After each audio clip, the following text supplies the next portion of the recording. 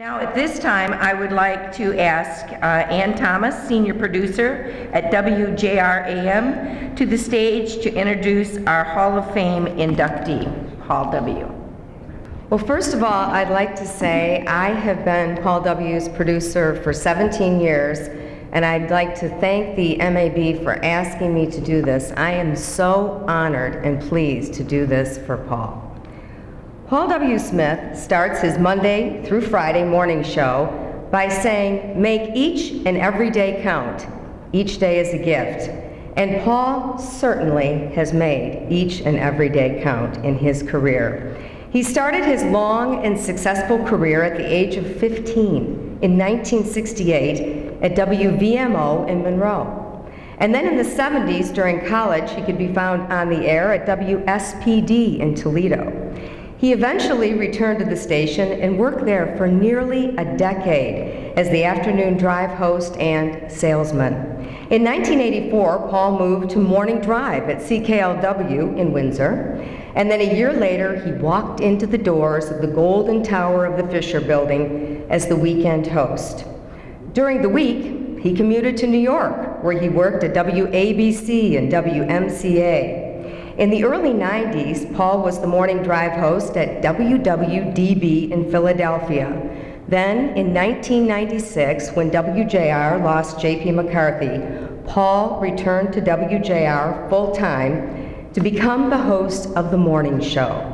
Paul recently celebrated his 20-year anniversary as the morning show host on WJR, and if you listen between 5:30 and 9 o'clock, you know a few things, you know several things. First of all, the man dubbed the King of Talk Radio by the Wall Street Journal frequently talks to the movers and shakers around the world. If you want to know what's going on, the Paul W. Smith Show is the first stop of your day. Number two, Paul never sleeps, and that's because several nights a week, all throughout the year, he can be found emceeing charity events around town and meeting with clients, and he's done that for 20 years. Number three, he has a giant heart for others, and he's been known to shed a tear or two, especially when it comes to talking about children and police officers. Over the past 13 years, the Paul W. Smith Golf Classic has raised $5.5 million for Think Detroit PAL. Finally, Paul W. is a great family man. He often talks about Kim, Adam, Jamie, Natalie, and Sophie on the air. In fact, his daughter Sophie says, "I am the most proud daughter in the world." And Sophie, on behalf of you and your beautiful family and WJR Radio, I too am honored and pleased and proud to present this Michigan Association of Broadcasters Hall of Fame Award to your dad, Paul W. Smith. Paul, congratulations.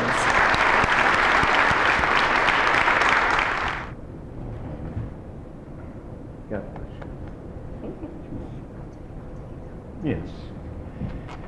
I do get somewhat emotional, and it's hard for me not to, and especially at a time like this.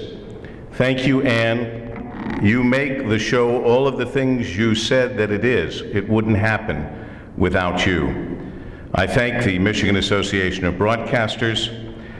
I am limited to 5 minutes, or about the time it takes me to read a live 60 during my show.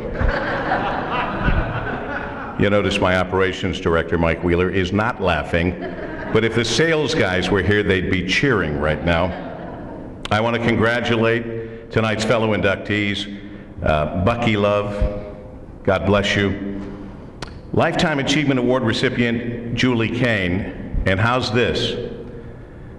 I started 46 years ago in broadcasting and gave you kind of the round trip, a lot of years in Toledo doing radio and television, some Detroit back and forth. For a whole year I worked 7 days a week by working the weekends at JR and Monday through Friday at WABC. I was at WMCA, the ABC radio, all that stuff.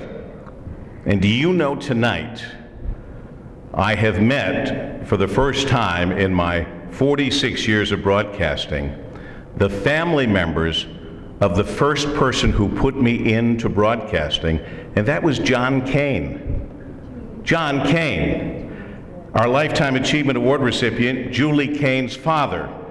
Her brother John is here as well. I started working in radio 46 years ago for them. Who would have guessed I would make that trip all around the world and come back here tonight, back home, and meet these folks at this wonderful event.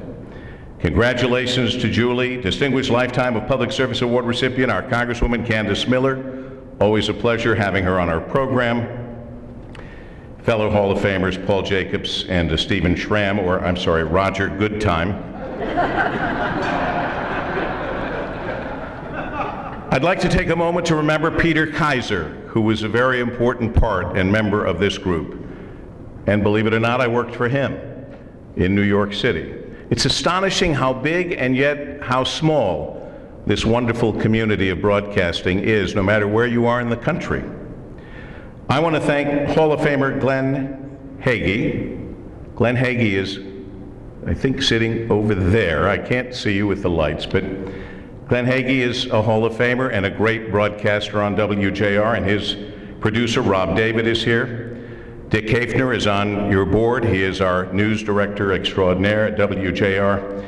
And the guy I've been doing the warm-up act for a number of years, although he's been at WJR nearly 2 times as long as me, Mr. Frank Beckman, who is also a Hall of Famer. Franks, wave your hand so they can see where you are. There we are. I work with some great people, and I've got some great current bosses. I thank Tom O'Brien, who was going to be here tonight, but his mother was taken ill and to the hospital. He's in our thoughts and prayers, as is she. But Mike Wheeler, who is our operations director, we used to call them program directors. I've had a lot of program directors in my day. Anybody who's worked in radio has. And at WJR, there have probably been 7 or 8, maybe, going back to Joe Baccarella when I first had any involvement. And I have to say, Mike Wheeler, and not just because you're here, and not just because you're back home too, you've had the most positive impact on WJR of anyone I've ever worked with, and for that, I thank you for that. You're not going to hear that from broadcasters very often about their program director. I'm saying that. Give him a round of applause. I'm not looking for a raise. I got a contract for another several years. I can't get a raise. How stupid was I? But anyway, over the years, I've had many former bosses to thank, but notably Phil Boyce, who started having me do the Focus show from Philadelphia, getting me ready for one day being back at WJR. Never thought it'd be as quickly as it was. Steve Stewart, who I worked with in Toledo first and then helped bring to WJR, and the late Mike Feasey. I thank him, although there were some late nights I wasn't so thankful, but I thank him for bringing me back to Michigan, back home, to tackle the impossible job of following the legendary J.P. McCarthy. People, of course, thought I was crazy when I left the East Coast to come back to try to take on that project.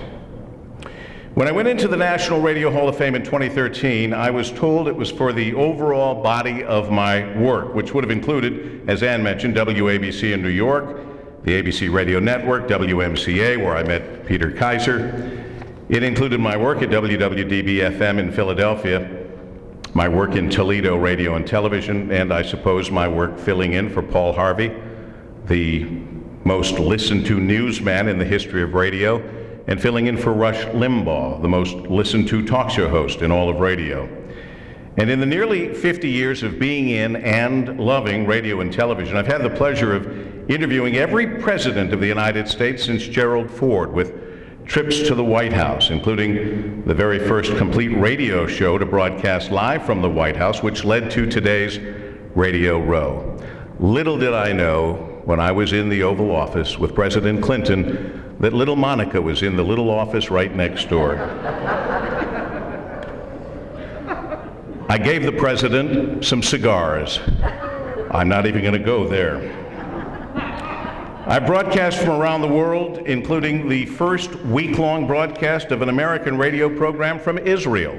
I've had so many great experiences working for and with some of the greatest people I've ever known. None better than the people I work with now. And since this award is for my Michigan work, it would include the very station that gave me my start, John Kane's WVMO, while in high school in Monroe. And then after many detours, including fill-ins and weekends at WJR, it is this one, the great voice of the Great Lakes, that is now my greatest achievement. This award is as much my executive producer Ann Thomas's award as it is mine.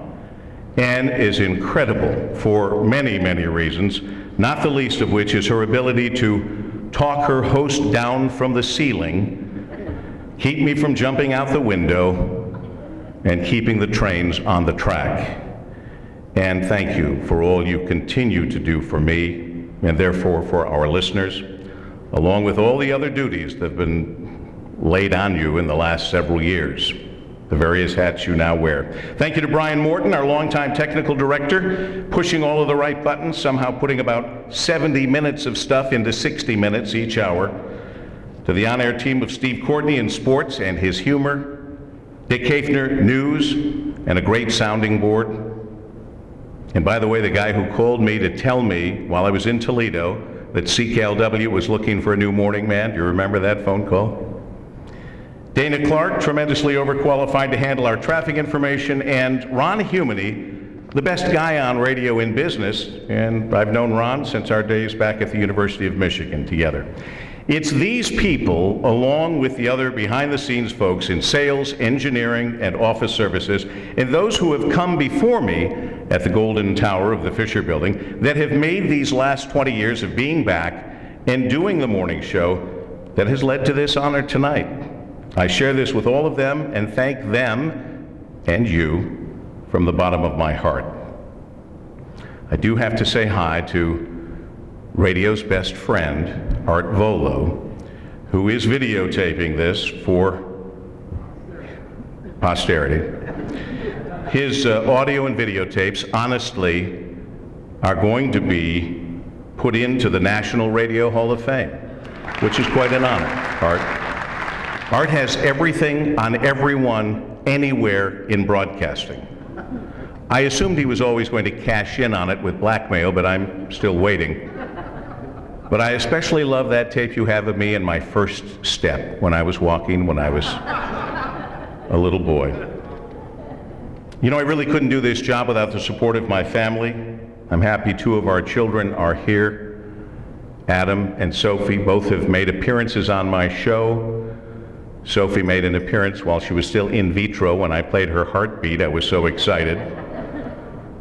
And Adam came on and I had sound from your first band and the music that you played, and you both are growing up to be such great, fine young adults. I thank you for your support all the way. And the woman who gets up with me every morning and helps me with my dream job happens to be the woman of my dreams, my wife, Kim. She cut back on her successful career to help me be more successful at mine. Thank you, sweetheart. This award goes to you as well. And of course, it all began with my mother and father, William D., who passed away about 10 years ago, and my mother, Sweet Marie, who just turned 90 this year and still lives in Monroe. When people ask me how I got where I am today in broadcasting, did I go to a special broadcast school or something? Sorry, Dick, I did not. Did I have special training? No, I did not. I believe my parents' talent and involvement in theater for as long as I can remember certainly had a big impact on me while I was growing up. That and being willing to work 2 or 3 jobs 7 days a week helped me get to where I am today. And in the end, it simply comes down to this, frankly. I got my voice from my father and my balls from my mother. Thank you so very much. Cool.